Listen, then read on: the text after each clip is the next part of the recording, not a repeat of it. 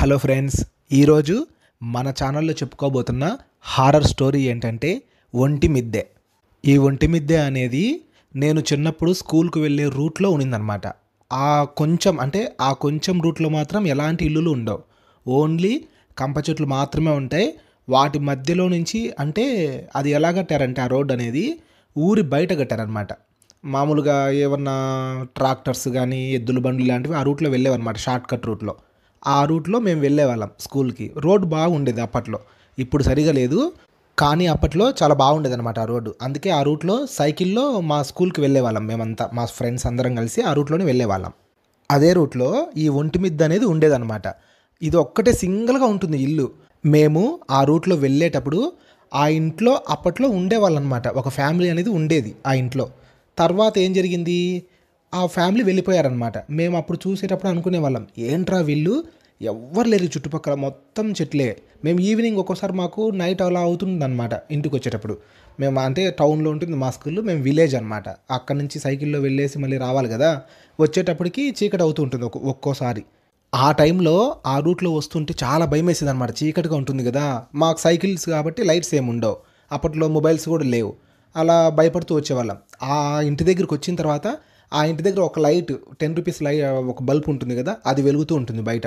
అక్కడికి వచ్చి అమ్మయ్య లైట్ వెలుగుతుంది, కనీసం వీళ్ళు మన కోసమన్నా ఉన్నారు ఇక్కడ అని అనుకునేవాళ్ళం. ఆ తర్వాత ఏం జరిగిందో తెలియదు, 1 మంత్ 2 మంత్స్ గ్యాప్లో వాళ్ళు ఖాళీ చేసి వెళ్ళిపోయారు అక్కడి నుంచి. ఆ వెళ్ళిపోయేటప్పుడు కూడా ఆ లైట్స్ అవన్నీ అక్కడే పెట్టేసి వెళ్ళిపోయారు. అంటే ఏం తీసుకెళ్ళలేదన్నమాట వాళ్ళు. ఆఖరికి వాళ్ళ వస్తువులు, వాళ్ళ బట్టలు అన్నీ అక్కడే ఉన్నాయి. ఇది మాకెలా తెలుసు అంటే, వాళ్ళు ఖాళీ చేసి వెళ్ళిపోయారు కదా, చాలా రోజుల వరకు ఆ లైట్ అలాగే వెలుగుతూ ఉండేది. పగలు వెలిగేది, నైట్ కూడా వెలిగేది. మేము అలా చూస్తూ వెళ్ళేవాళ్ళం, ఏంటి వీళ్ళు లైట్ అలాగే పెట్టేశారే అనుకునేవాళ్ళం. తర్వాత కొన్ని రోజులకి ఏమైంది, వాళ్ళది చెక్క తలుపు అనమాట. ఆ చెక్క తలుపు అనేది కొంచెం విరిగిపోయింది, మాకు కనిపిస్తోంది, ఓపెన్ అయ్యిందనమాట డోరు. ఏంటి డోర్ ఓపెన్లో ఉంది, వీళ్ళంతా ఎక్కడికి వెళ్ళారు అంటే, మాకు అసలు విషయం ఏంటంటే వాళ్ళు వెళ్ళింది మాకు తెలియదు అసలు. ఆ ఇంట్లోంచి వెళ్ళిపోయినట్టు లైట్ వెలుగుతోంది కదా, అందుకు మేమేమనుకునే వాళ్ళం, ఉన్నారులే వాళ్ళు. మేము నైట్ వచ్చేటప్పుడు కూడా ఒక్కోసారి ఒక్కళ్ళమే వెళ్ళేవాళ్ళం, ఒక్కోసారి నేను, ఒక్కోసారి మా ఫ్రెండ్, అలా వెళ్ళేవాళ్ళం అనమాట ఒక్కొక్కళ్ళమే. వాళ్ళు ఉన్నారనే ఉద్దేశంతో మేము ధైర్యంగా వెళ్ళేవాళ్ళం ఆ లైట్ వెలుగుతూ ఉంటే. యాక్చువల్గా వాళ్ళు ఖాళీ చేసేసి చాలా రోజులు అయిపోయింది. ఆ లైట్ కూడా దాదాపు ఒక 2-3 వీక్స్ వరకు వెలుగుతూనే ఉండిందనమాట అలాగే.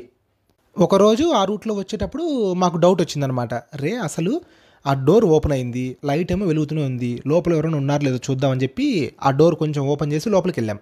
యాక్చువల్గా మాకు భయం, ముందుగానే చాలామంది చెప్పేవాళ్ళు అనమాట, అక్కడ ఒంటిమిద్ద అని ఒకటి ఉంది, అక్కడ జాగ్రత్తగా ఉండండి అని చెప్పేవాళ్ళు. వాళ్ళు అక్కడ ఈ మనుషులే ఉన్నారు, ఇంకా మాకెందుకు భయం అనే ఉద్దేశంతో మేము పెద్దవాళ్ళ మాటలు పెద్దగా పట్టించుకోలేదన్నమాట. ఎందుకంటే మనుషులు ఉన్నారంటే ప్రాబ్లం ఏముంటుంది అనే ఉద్దేశంతో ఉండేవాళ్ళం. కానీ వాళ్ళు ఖాళీ చేసి వెళ్ళిపోయిన తర్వాత మేమే ధైర్యం చేసి ఆ ఇంట్లోకి వెళ్ళాం చూద్దామని, అసలు ఏం జరిగింది, వీళ్ళు ఉన్నారా లేరా అని వెళ్ళామన్నమాట. అప్పటికి మాకు తెలియదు వాళ్ళు వెళ్ళిపోయినట్టు. ఆ డోర్ ఓపెన్ చేసాం. ఓపెన్ చేయగానే ఒక పక్క డోర్ వచ్చేసి విరిగిపోయిందనమాట. అంటే ఆల్రెడీ బయట నుంచి విరిగిపోయినట్టు కనిపిస్తోంది. ఆ డోర్ని మేము అలా టచ్ చేసి అలా కొంచెం దొబ్బేసరికి అది మొత్తం పూర్తిగా విరిగి కింద దమ్మన పడింది. పడగానే మా ఫ్రెండ్ బయటికి పరిగెత్తాడు. వాడు ఏంది రా అన్నాడు. ఏం లేదురా, తలుపు విరిగింది లేరా అని చెప్పాను వానికి. వాడు మళ్ళీ లోపలికి వచ్చాడు, ఇంక ఇద్దరం లోపలికి వెళ్ళాం. అంతా చెత్త దుమ్ము పట్టిపోయిందనమాట, అంత బూజు. అప్పుడు అనిపించింది మాకు, వీళ్ళు వెళ్ళిపోయి చాలా రోజులు అయినట్టుందిరా, తలుపు విరిగిపోయింది, అసలు లోపల చూడు, అసలు మనుషులు తిరిగిన జాడ కూడా లేదు అసలు. అంతా చూసాం. లోపల ఒక లైట్ ఉంది, ఆ లైట్ కూడా వెలుగుతూ ఉంది. మేము వెళ్ళినప్పుడు బయట లైట్ వెలుగుతుంది. అంటే వీళ్ళు అలాగే వెళ్ళిపోయారు. వాళ్ళ సామాన్లు అలాగే ఉన్నాయి, వాళ్ళ వస్తువులు, వాళ్ళ బట్టలు అన్నీ అలాగే, టీవీ అన్నీ ఉన్నాయి. అంటే చిన్న టీవీ, అప్పట్లో బ్లాక్ అండ్ వైట్ టీవీ ఉంటాయి కదా, అలాంటిది ఒక టీవీ ఉన్నింది, ఒక రేడియో ఉంది, అన్నీ అలాగే పెట్టేసి వెళ్ళిపోయారు అసలు వాళ్ళు. ఏంటిది అసలు, ఎవరన్నా వెళ్ళిపోయేటప్పుడు ఖాళీ చేసి అందుకు అన్నీ తీసుకెళ్తారు కదా వాళ్ళ సామాన్లు అన్నీ, కానీ వాళ్ళు అలాగే పెట్టేసి వెళ్ళిపోయారు. నిజానికి ఆ ఇంట్లో ఎవరున్నారు అనేది కూడా మాకు తెలియదు. అంటే మనుషుల్ని మేము ఎప్పుడు చూడలేదన్నమాట ఆ ఇంట్లో. జస్ట్ ఓన్లీ లైట్ వెలగడము, ఆ డోర్ అనేది ఓపెన్లో ఉండడము, దానికి వాళ్ళు ఒకటి కర్టన్ కట్టారు. మనము డోర్కి ముందు పక్క కర్టన్స్ కట్టుకుంటాం కదా, మనం డోర్ ఓపెన్లో ఉన్నప్పుడు కూడా క్లోజ్గా ఉండాలని, అలాంటి కర్టన్ కూడా ఒకటి ఉండేది. డోర్స్ కూడా ఓపెన్లో ఉండేవి. మేము వెళ్ళేటప్పుడు ప్రతిసారి చూసేవాళ్ళం. సో అందుకు ఉన్నారులే మనుషులు అని అనుకునేవాళ్ళం అనమాట మేము. కానీ అసలు విషయం ఏంటంటే, అసలు దాంట్లో మనుషులే లేరు. దాదాపు అది మేము పుట్టక ముందే అక్కడ ఏంటో కొన్ని ఇన్సిడెంట్స్ జరిగి అక్కడి నుంచి వెళ్ళిపోయారంట అసలు ఆ ఇంట్లో ఉండేవాళ్ళు.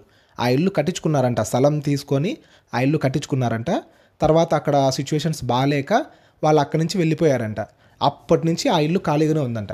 కానీ మరి మేము తిరిగేటప్పుడు మాకు కనబడింది ఏంటి, మేము డే టైంలో చూసేవాళ్ళం, నైట్ టైంలో చూసేవాళ్ళం.